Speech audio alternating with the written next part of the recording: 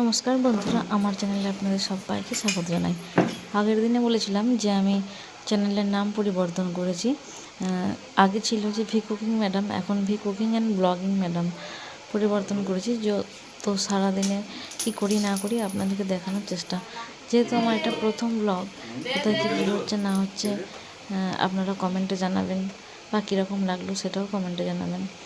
আমার যেহেতু মা নেই, তো সকাল থেকে উঠে থেকে অনেক কাজ করেছি। বাপি বাজারে গেছিলো, সকাল সকালই বাজারে গেছিলো, তো বাজার থেকে আসার পর থেকে ভিডিও করা শুরু করেছি। বাজার থেকে কী কী নিয়ে এসছে আপনাদের বলে দিই। করলা, হোঁপা, ঝিঙে, আলু, টমেটো, আর প্রথমেই মাছ নিয়ে এসেছিলো। বুনি এখন মাছটাকে ধুয়ে নিচ্ছে।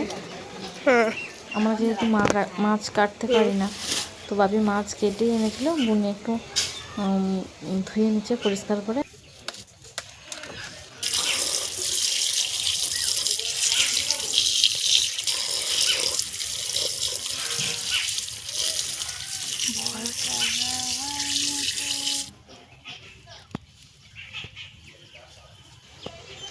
মাছের মাথার মধ্যে ফুল কাটা রয়ে গেছিলো, ওটা হয়তো দেখেনি, তো বনি মাছের মাথা থেকে ফুল কাটা ফেলে দিচ্ছে, দিয়ে ভালো করে ধুয়ে নিচ্ছে।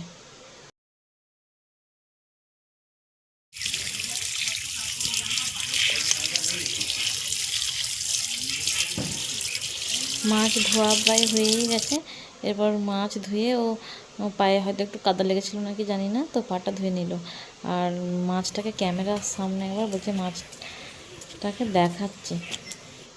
তো মাছ ধুয়ে নিয়ে চলে এসেছে, আর ও নিজেই একটু লবণ আর হলুদ মাখিয়ে দিল। আমি কখন মাখাবো না মাখাবো বা যদি ভুলে যাই, সেই জন্য লবণ আর হলুদ একবারেই মাখিয়ে দিয়েছে। দু বোন মিলেই কাজগুলোকে সেরে নেওয়ার চেষ্টা করি। আমি রান্না করব, তারই প্রস্তুতি চলছে। কি রান্না করব আপনাদের জানিয়ে দিই। করলা ভাজবো, আর হোঁপা, যেটাকে আপনারা অনেকেই চিচিঙ্গা বলেন, সেটাকেও ভাজবো। তো এখন করলাটা কেটে নিয়েছি, আর হোঁপা আর খোসাটা ভালোভাবে ছাড়িয়ে বটি দিয়েই কেটে নিচ্ছি। আর করব ঝিঙে, বড়ি, আলু দিয়ে মাছের ঝোল। আমাদের বাড়ির পাশে কাকুদের সাবমার্সেল বসানো হচ্ছে, তো ওখানে কিছুক্ষণ দাঁড়িয়েছিলাম, ভাবলাম একটু ভিডিও করি। আর এদিকে রান্না বসিয়ে দিয়েছি, ওইদিকে ভাত হচ্ছে, আর অপর দিকে কড়া বসিয়ে দিয়েছি, তেল গরম হয়ে গেছে, মাছগুলো দিয়ে দিলাম, দিয়ে ভেজে তুলে নেব। আর এদিকে করলাতে আর হোঁপাতে লবণ আর হলুদ মাখিয়ে দিয়ে রেখেছিলাম কিছুক্ষণ, দিয়ে এখন কড়ার মধ্যে দিয়ে দিয়েছি। একদিকটা হোক, তা ঢাকা দিয়ে দিলাম। তো ওই দিকটা হোক, আর এই যে ভাতটাও চাল তুলে দিয়েছি, ভাতটাও ফুটবো হচ্ছে। আর বুনিকে বললাম যে আমাকে মশলাটা একটু বেটে দে, আদা রসুন আর পেঁয়াজ একটু বললাম যে বেটে দেওয়ার জন্য। ও আমাকে বেটে দিচ্ছে আদা রসুন পেঁয়াজটা।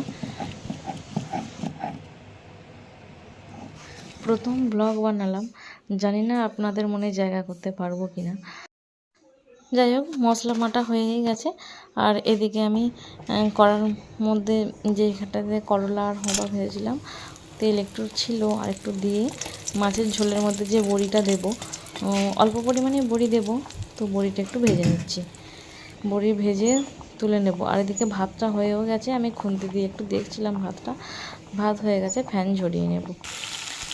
এদিকে কড়াতে বড়ি ভাজা হয়ে গেছে, আর ঝিঙে আলু যেহেতু দেবো, ওই জন্য ঝিঙেগুলো প্রথমে একটু ভেজে নিলাম, একটু ভাজা হয়ে গেলে তারপরে আলুটা দেবো। আলুটা দিয়ে ভালোভাবে ভেজে নেব।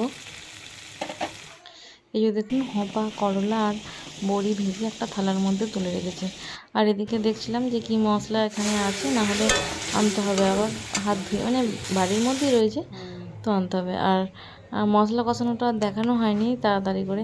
যাই হোক, যেরকমভাবে প্রত্যেক তরকারির মশলা কষানো হয়, সেটা একই মশলা নিত্যদিন যেগুলো ব্যবহার করা হয় সেগুলোই দিয়েছি, দিয়ে মাছের ঝোলটা রান্না করেছি।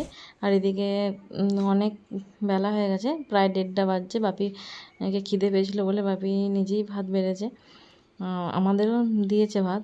আমি করলাটা আর হোঁপাটা নিয়ে নিলাম। দুপুরে খেয়ে দিয়ে একটু ঘুমিয়ে গেছিলাম, আর এখন এসেছি সন্ধেবেলায়। আমাদের সেরকম কিছু রান্না হয় না, আলু সেদ্ধ আর দুধ দিয়েই আমরা 3 জনে খেয়ে নিই। তো বুনি এখানে বুনি করেছে সন্ধ্যাবেলাটা, আমি করিনি। তো বুনি গ্যাস জ্বালিয়ে দুধটা ছেঁকে নিয়ে একটু গরম করে নিল, আর প্রেসারে কটা আলু সিটি দিয়ে নেবে। প্রেসারে আলু একটা কি দুটো সিটি দিলেই হয়ে যায়। তো সিটি হলে সেদ্ধ হলে আলু মেখে আমরা ভাত খেয়ে নেব। চলুন ভিডিওটা এখানেই শেষ করছি। ভিডিও কেমন লেগেছে তা অবশ্যই কমেন্টে জানাবেন। যদি ভালো লাগে তাহলে একটা লাইক করবেন। প্রেসারে সিটি উঠে গেছে আর আলু মেখে নিয়েছি, যে আমরা দুজন খেতে বসেছি। সবাইকে টাটা।